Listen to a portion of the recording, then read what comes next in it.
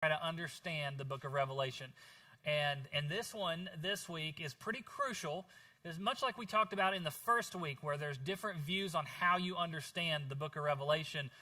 Was it written, did everything that was written in it take place in the past? Did it take place spread out through the history of the church? Does it take place all in the future? Or is it all kind of just symbolic of the total existence of humanity? And so there's good arguments for each of those, and it's not really shouldn't be a divisive thing among Christians as to which of those approaches to Revelation you hold. But here's where all of that really starts to come into play. What you think about when Revelation 6 through about chapter 16 happens. So Revelation 6 through 16 contains 3 sets of judgments. It contains the seals, it contains the trumpets, and it contains the bowls. Each of those, seals, trumpets, and bowls, all have 7 iterations of each one. So there's 7 seals, there are 7 trumpets, and there are 7 bowls. Okay? There are really 2 predominant views about how the timeline of all of this plays out. One says that all 3 of these happen sequentially. So just as you read it, that's how it happens. So Jesus opens the seals, the seal judgments happen. After that, all of the trumpet judgments happen, and then after all of that, the bowl judgments happen. Okay? That's one approach to it. And you see, I've given you on that list there 4 or 5 reasons or arguments for why that is the accurate understanding of chapter 6 through 16. The other view says actually they're not sequential. They are the same. They're covering the same events, but they're simply looking at them from different perspectives.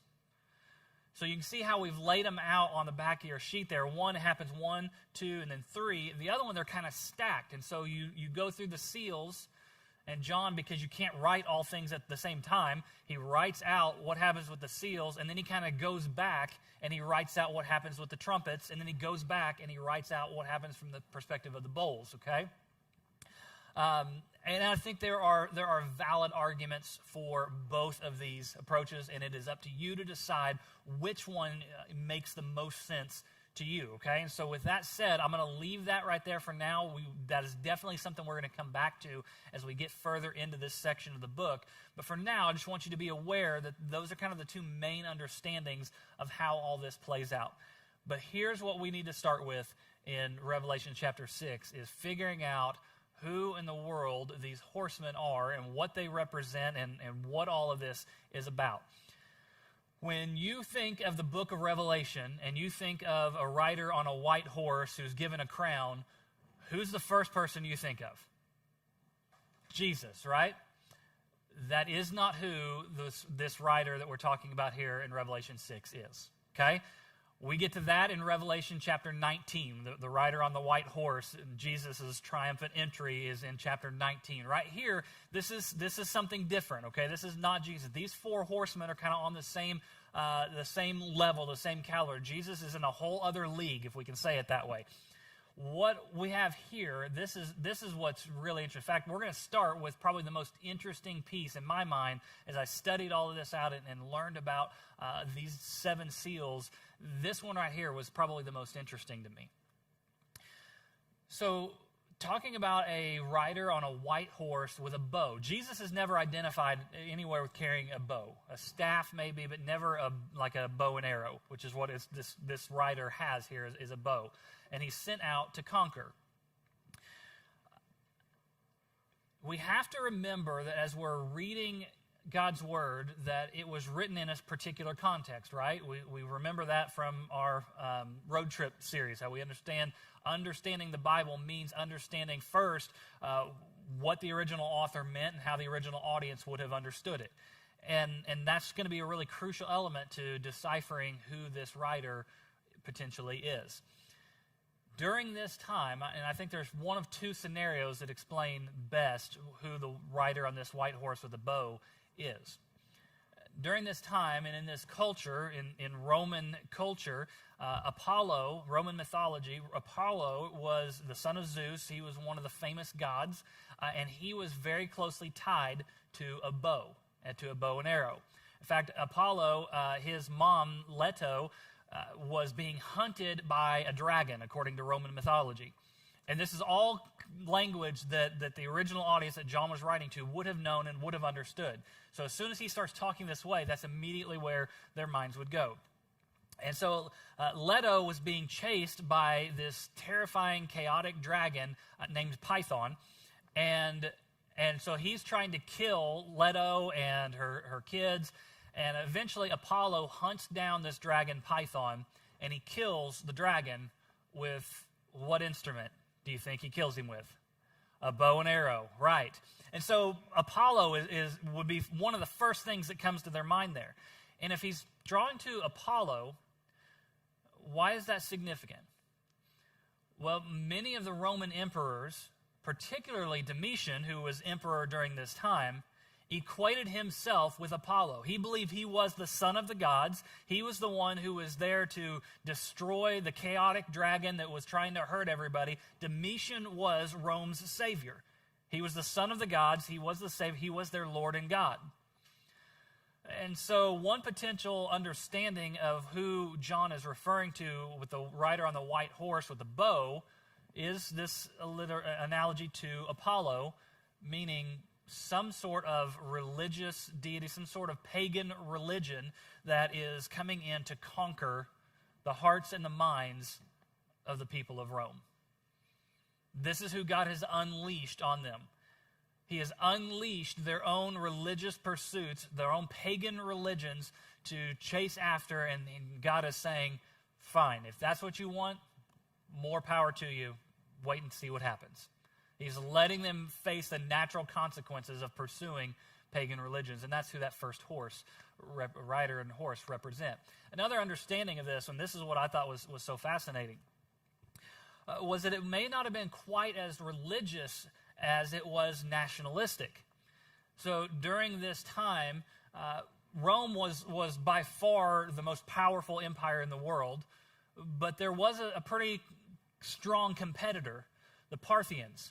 So the Parthians were on the eastern side of the Mediterranean Sea, and their empire stretched past India and into China. They were a vast empire, and they were strong. In fact, they actually defeated in several different battles. They would go head-to-head with the Romans, and they would win. They were one of the few empires during this time that could hold their own against Rome. And it kind of got to a point where it was kind of a stalemate. Not dissimilar to the United States and the Soviet Union in the Cold War. The two greatest empires in the world both had incredible military might, both believed they could have destroyed the other nation, but were kind of afraid to try. Right? And so that's the tension that you have here with Rome and Parthian. And at any given time, Parthia could have come in and taken this over. Here's what's so interesting about it. You know what Parthian's military was known for? Riders on horses, sacred white horses with bows and arrows. You think these people that are receiving John's letter would have had in their mind something specific here, right? They would have understood something about what John is getting at. That maybe it's what John is saying this first rider represents is the nationalistic security that is being threatened. Rome is the great savior of the world. Rome is the place where you find security, where you find safety. But even that is being threatened by riders on white horses with bows and arrows. Then he goes to the second rider on the white horse, or the second rider on the horse, which is actually a red horse in this case, representing bloodshed, right? And so this warrior comes in and brings warfare, and he brings violence, and he removes peace from the earth. And so now we not only see the conquest of the hearts and minds of the people of Rome, we now are seeing how it's going to take place through violence and through bloodshed. God is allowing the world to flesh itself out according to what it has done and what it pursues and what it favors and what it idolizes. And the third horse is concerned with wealth. This horse, rider riding a black horse, is carrying scales, right? And scales were very commonly used to weigh out items for sale. Now, this one's it kind of weird. It doesn't make sense to us, right? This, the rider with the bow, that makes sense. Rider coming to conquer, that makes sense. This guy has a set of scales, and he says, 1 denarius for a quart of wheat. What does that mean? That makes no sense to us, right? Well, a denarius was a day's wage. And a day's wage would typically buy you about 16 quarts of wheat. But here, he says it's only buying you 1 quart of wheat. The image here is that of famine, of economic distress. You're trusting in your economy, you're trusting in your finances. God says, we're going to take care of that. And so he sends the rider on a black horse and completely disrupts and destroys their economic security. The 4th horse, a pale green horse, brings death and Hades. Death and Hades were 2 words that were very synonymous in Roman culture. They often were put together. Hades being the holding place of the dead. In Hebrew, it would have been Sheol, the holding place of the dead. So when you would die, this is where you would go. And these 2 things, some cultures even thought it was like a giant creature that would just come up and just swallow. When you died, it would come up and swallow you, and it would take you and hold you in this place, in this creature's belly. But this is the idea that this creature, whatever it is, death and Hades, that it brings destruction. It is the ultimate form of destruction. And in this case, it is given authority over a quarter of the earth. 25% of the world's population is consumed by death and Hades at the arrival of this rider on a pale green horse. Let's go back and look at these 4 things again real quick. National conquest, military might, economic prosperity, health, and life. Those are all things that we place our trust in. These are all things that Rome would have advertised as, this is what makes us so great. We're the strongest military in the world. We have the best finance in the world. We have the best doctors and medicine in the world. We have this entire empire that we have built that provides safety and peace and security for anybody who comes within the Roman Empire. The Pax Romana, right? We offer all of this to all of you. And yet, John writes here that with the breaking of a couple of seals, all of that disappears. And this is the first of the 4 truths that I want you to write down and recognize out of the passages that we're going to talk about tonight. The first truth that every Christian needs to recognize is that God is the only reliable source of security for my life. Nothing else will do it. Nothing else is secure. If you trust in your finances, it can be taken away. If you trust in your health, it can be taken away. If you trust in your power or your ability, it can be taken away. If you trust in your nation to take care of you, it can fall. All of those things are not secure. The only piece of security that you can have is God himself. One theologian made a very interesting point about this, recognizing that this was written to a specific group of people. They would have understood exactly what was going on. They would have applied this to their own lives, right? This wasn't just something that John is describing that's going to happen in the future. In fact, this commentator said, he's not yet disclosing to them an unknown future, but revealing the reality about the present. The imperial myth, the Roman imperial myth of peace and prosperity is exposed as just that, a myth.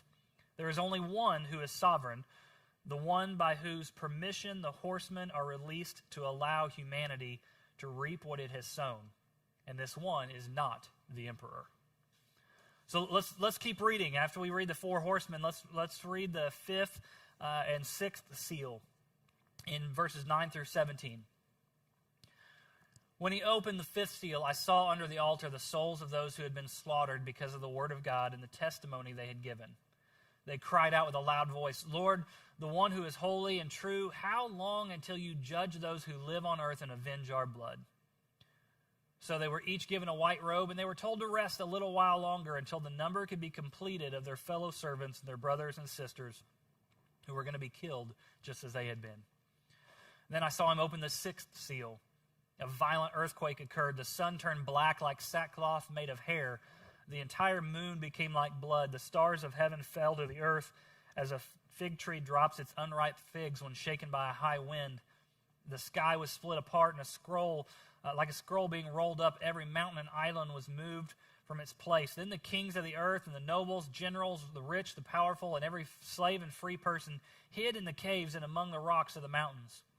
And they said to the mountains and the rocks, "Fall on us and hide us from the face of the one seated on the throne and from the wrath of the Lamb, because the great day of their wrath has come. Who is able to stand?" So the second truth that we need to recognize that we can draw from this passage is this: that being a part of God's kingdom means I must be prepared to suffer opposition in this world.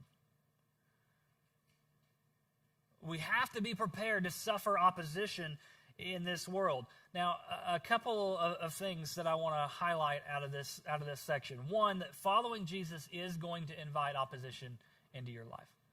That does not mean you should go out and look for it. Doesn't mean you should cry persecution when someone calls you a name, right? That's not real persecution. But when you are following Christ, when you are doing what God has called you to do, when you are living like a citizen of His kingdom, you are going to be different. You are going to be a citizen who is living in a different kingdom. And that different kingdom, the kingdom of this world, does not like citizens of that kingdom. And so it should not surprise us when citizens of a worldly kingdom put up opposition against citizens of a heavenly kingdom, right? Let's not be surprised by that. But that doesn't take away from the reality of how we feel about these things. Think about what these people were crying here at the breaking of the fifth seal. How long, O Lord? How long are you going to let this go on? How long are we going to suffer? How long is injustice going to prevail? How many of you have ever asked that question? Every single one of us, right? We may not use those exact words, but we may use phrases like, "God, why is this happening to me? God, you could step in and intervene, but you don't. Why not?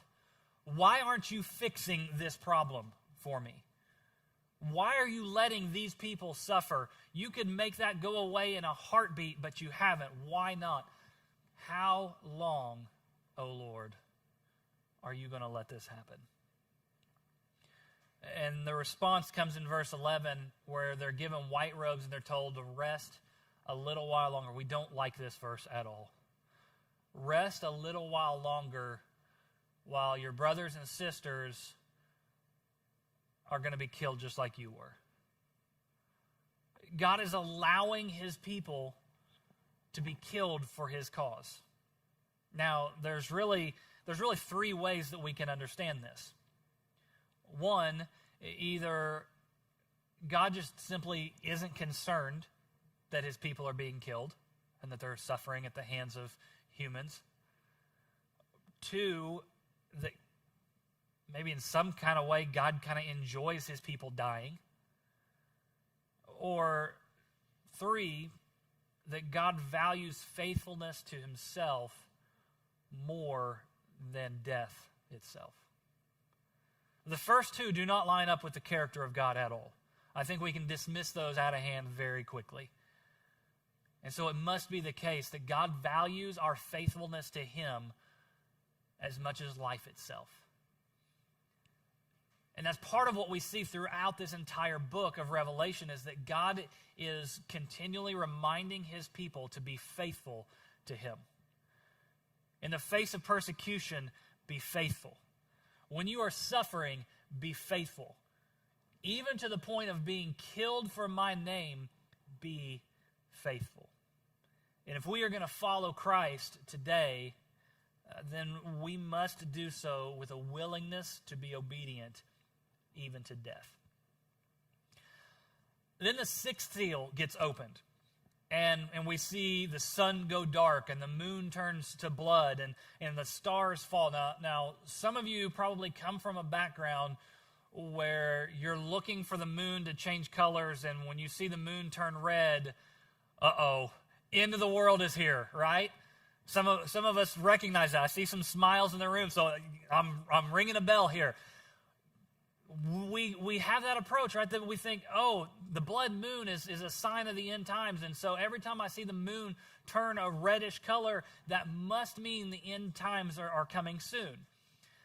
And here's what I want to remind us of, or maybe teach you for the first time. Remember that the book of Revelation draws incredibly heavily on Old Testament language.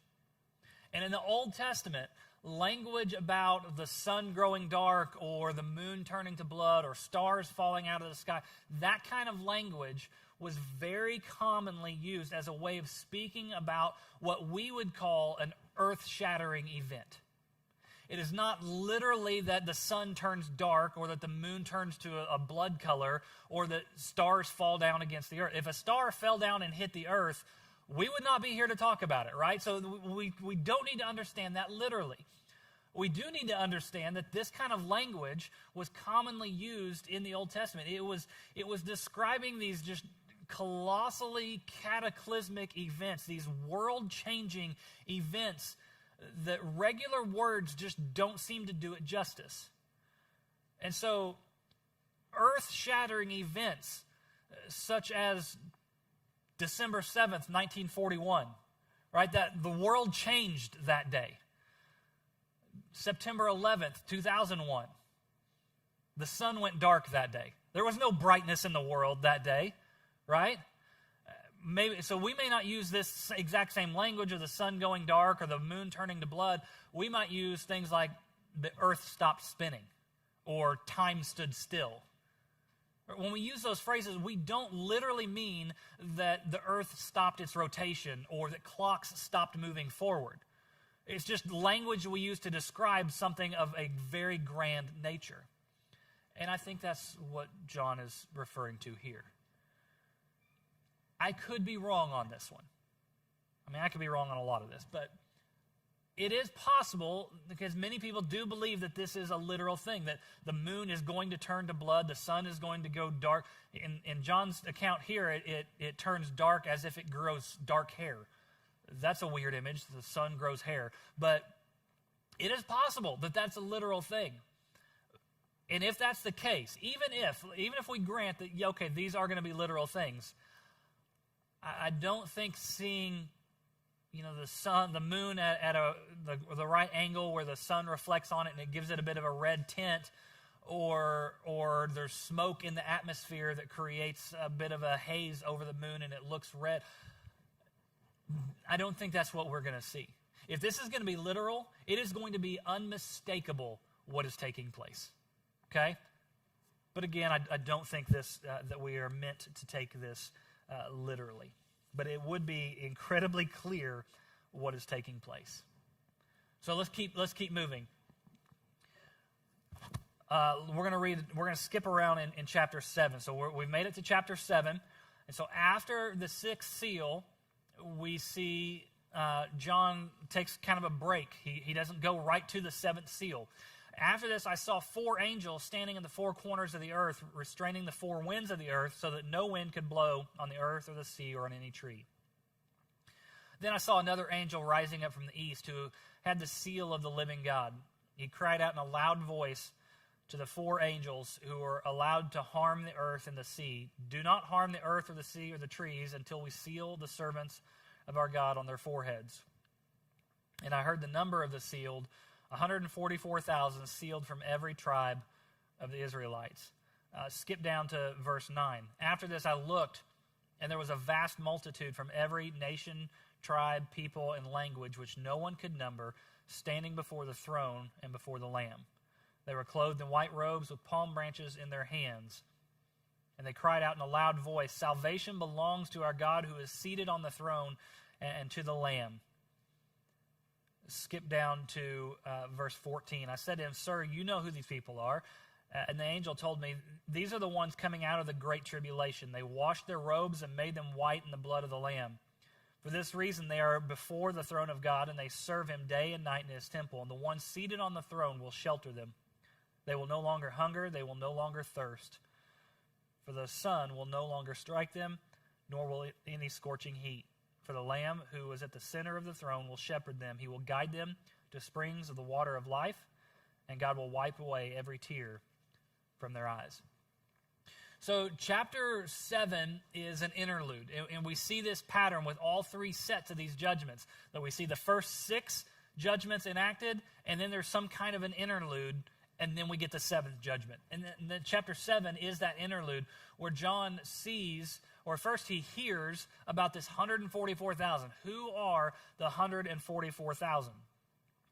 Well, I think for some of us, we maybe have come from a background where there's a couple different ideas. One, there is a religious cult, the Jehovah's Witnesses. Many of you may have encountered them, who they have a huge significance placed on this 144,000, and they think it's a literal 144,000 people, which are Jehovah's Witnesses, only them, who are going to be saved, and everybody else is going to be face the wrath of God. Don't have time to get into JW theology, but we'll set that one aside and just say that is not correct. Another potential understanding of the 144,000 is that it's a number of people who will be saved during this time of tribulation. This one probably hits a little closer to home for some of us, knowing some of your backgrounds, that during this time of tribulation, that there are 144,000 Jews, people of historical or national Jewish descent, who will be saved during this time of tribulation before the Great Judgment. And that's who this is referring to. I also would disagree with that one. Not as heavily as I would disagree with the JW approach, but I would disagree with that one and say it's not referring specifically to 144,000 literal ethnic Jews who are saved during the tribulation time, okay? And here's why. When we look at chapter 7, it breaks down into 2 different visions, or this vision is, we could say, is in 2 parts. The first is the sealing of the 144,000, which John hears about the 144,000, right? He says, I heard them declare the 144,000, and then it gives all of the breakdown of each tribe, which is in a unique order. One tribe is missing, and Benjamin is added in there, and so it's a little unique, but it's accounting for the different tribes of Israel, 12 of them. And there's 12,000 of each one. This is very much similar to what we see a dozen times or more in the book of Numbers, where they are dividing out the armies of Israel. This is an account of the army of God. 12 representing the 12 tribes of Israel. 12 squared representing fullness, so 12 times 12. Times 1,000, which is just a number for multitude or for many. And so what I think we see happening here is the completeness or the totality of God's people in army formation, ready to do battle. And that is the next truth that we need to recognize that we learn from this passage, which is this, that I am always in a spiritual battle. Whether we like it or not, we are in a spiritual battle. John is describing for us here God's army, which includes the totalness or the totality of all of his people of all ages, which would include you and me. We are a part of God's army, ready to do battle at his calling. The second half of this vision that we see, John turns and he sees, which is interesting in itself, right? Remember, that was the exact same scenario that took place when he saw the vision of Jesus in the throne room. He heard about a lion, and he turned and he saw a lamb.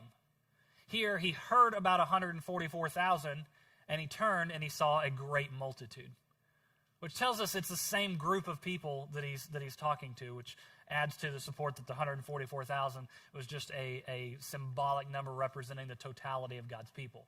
But he sees this great multitude dressed in white, singing praise of salvation to their God. And I think what we see happening here is the first set, when we see the 144,000 in army formation, when he turns and sees, I think what he's seeing is after they have been in battle. He is seeing those who have been faithful to Christ even through death.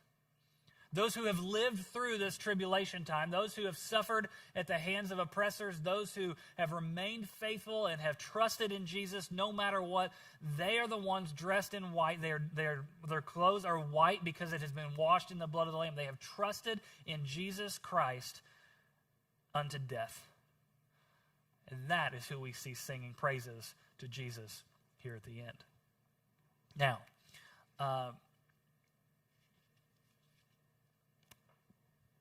we are always in a spiritual battle. And that does mean that we ought always to be prepared and ready for conflict, right? When you are at war, your armies are on high alert and they are always prepared. There may be periods of ceasefire, there may be times of recuperation and recovery, but make no mistake about it, John is writing to the church at Philadelphia. He's writing to the church at Sardis. He's writing to the church at Ephesus. He's writing to the church throughout the ages. He's writing to G6 church saying, you guys are in the middle of a spiritual battle and you ought to be ready to fight. And here's how we fight. We suffer.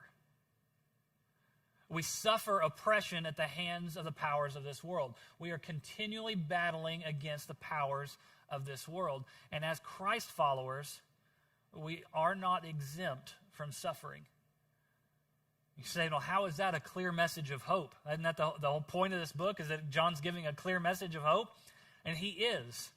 Because at the end of the day, his message is that if you are faithful to Christ until the end, you have been sealed. You have been sealed by God, and you will be protected from his wrath. You will be conquerors in the end with him. That is a message of hope. It does not happen in our timing, right? Just as the people here said, God, how long are you going to let this happen? And God says, you need to wait a little bit until the time is complete. So it doesn't happen in our timing, but when we are faithful to him, we are part of the ones who come out on the other side of this tribulation. And this language suggests that this multitude of those who have gone through this experience and they have arrived victoriously in heaven. It is their faith in the blood of Jesus that has washed them and given them these white robes. So let me ask you, who or what are you trusting in? Are you trusting in yourself? Are you trusting in a nation to take care of you? Or are you trusting in power? Or are you trusting in money or possessions? Or are you trusting in the God who seals his people and ultimately leads his people to victory? John offers a clear hope, a clear vision of hope, in that while we undoubtedly will face tribulation, and while we are continually on the front lines of a spiritual war, those who trust in him will ultimately overcome. Now let's wrap up with the first couple verses of chapter 8, and we'll get to that seventh seal. When he opened the seventh seal, there was silence in heaven for about half an hour. Then I saw the 7 angels who stand in the presence of God. 7 trumpets were given to them. Another angel with a golden incense burner came and stood at the altar. He was given a large amount of incense to offer with the prayers of all the saints on the golden altar in front of the throne. The smoke of the incense with the prayers of the saints went up in the presence of God from the angel's hand. The angel took the incense burner, filled it with fire from the altar, and hurled it to the earth. There were peals of thunder, rumblings, flashes of lightning, and an earthquake. All right, so we have seen, if we recount what's happened in the last couple chapters here, we have seen the great throne room of heaven, right? We have seen these seals open. We've seen judgment issued. War is raging. Multitudes around the throne of heaven are singing. A lot is happening. Lots of stuff going on.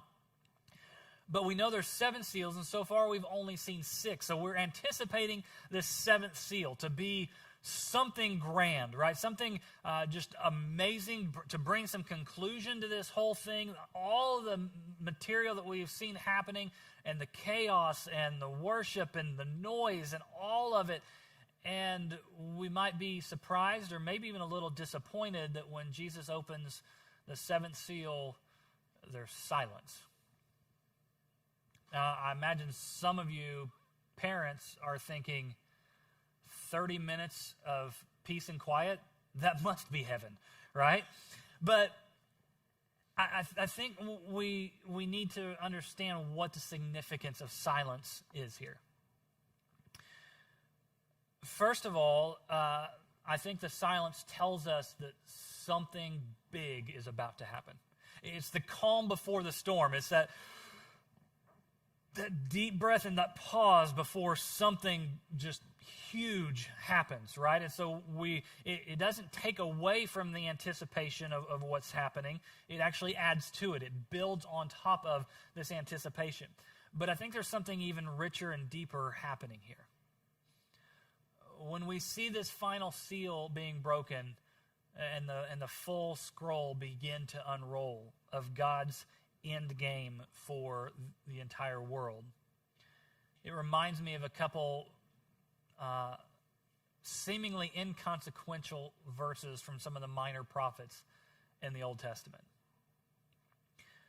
Habakkuk 2:20 says, "The Lord is in his holy temple. Let the whole earth be silent in his presence." Zephaniah 1:7, "Be silent in the presence of the Lord God, for the day of the Lord is near." And Zechariah 2:13, "Let all humanity be silent before the Lord, for from his holy dwelling place he has roused himself."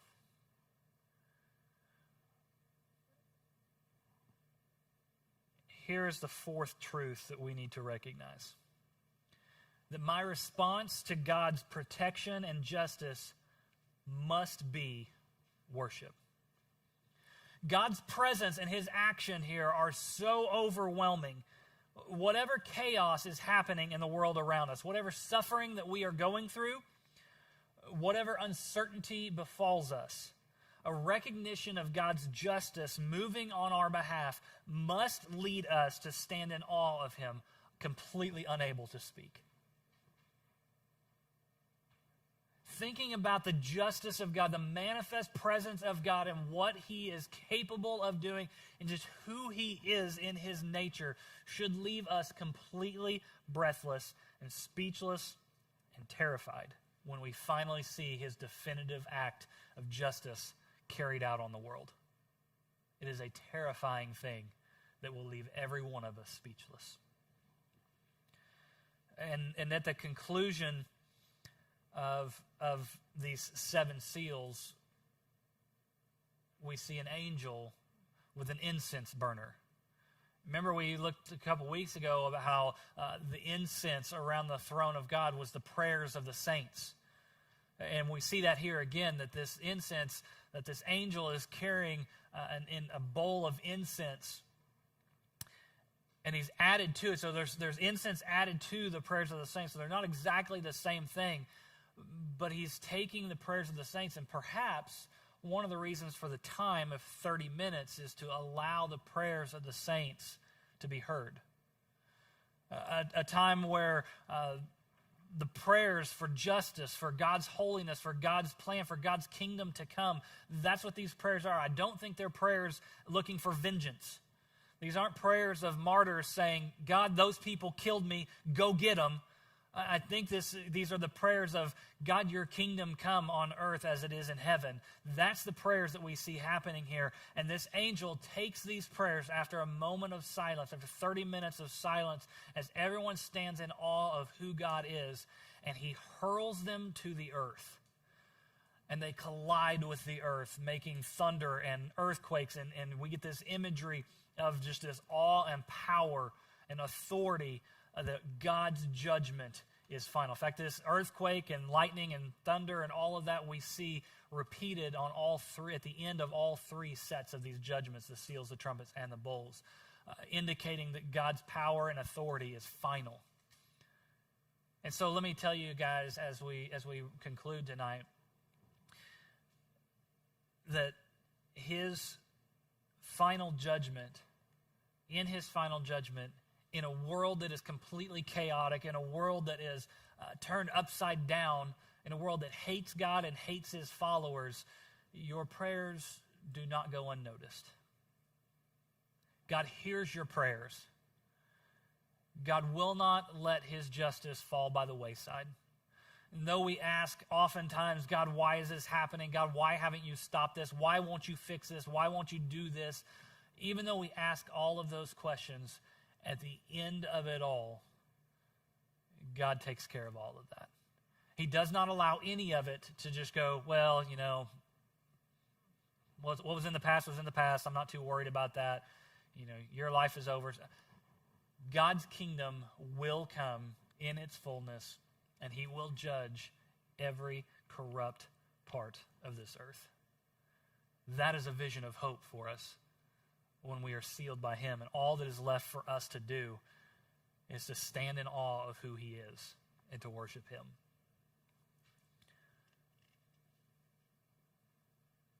As we do that tonight, I want us to go to our time of discussion, and I want us to talk about a couple of things. A couple of easy questions, and then one maybe a little more challenging, and then something a little unique for us, okay?